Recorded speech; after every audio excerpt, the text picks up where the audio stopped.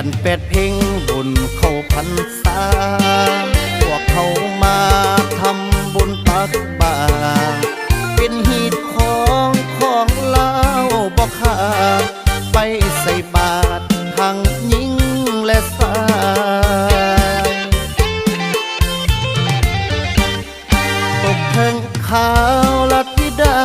เพิ่นเกิดต้นกำเนิดจากเจ้าแม่สองนางสร้างงดงามปานพระอินทร์ลงแต่งนี่ละแม่นเจ้าแม่ธิดาสองนางสิ่งตำแหน่งบุญเข้าพรรษาปว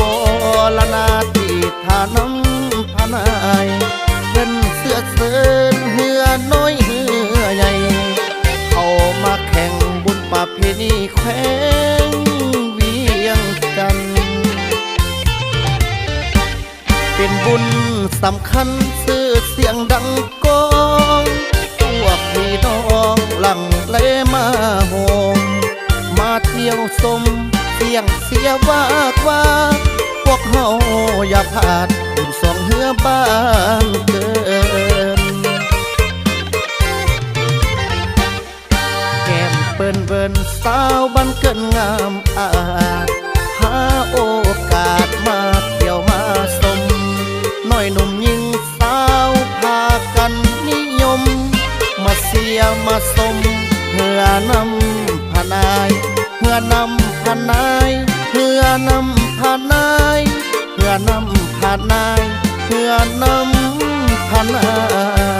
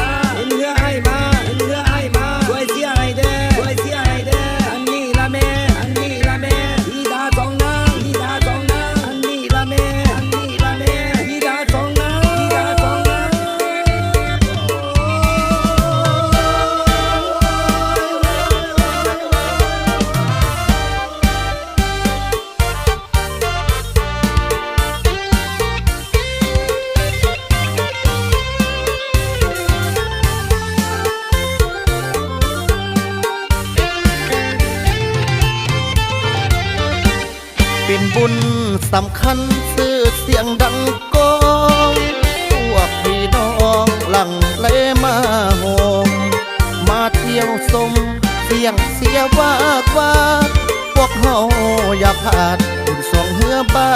นเกินแก้มเปิ้นเบิ่นสาวบ้านเกินงามอาจหาโอกาสมาเที่ยวมาชมน้อยหนุ่มหญิงสาวพากันนิยมมาเสียมาชมเพื่อนำพนายเพื่อนำพนายเพื่อนำพนาย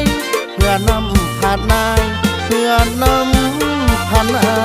ย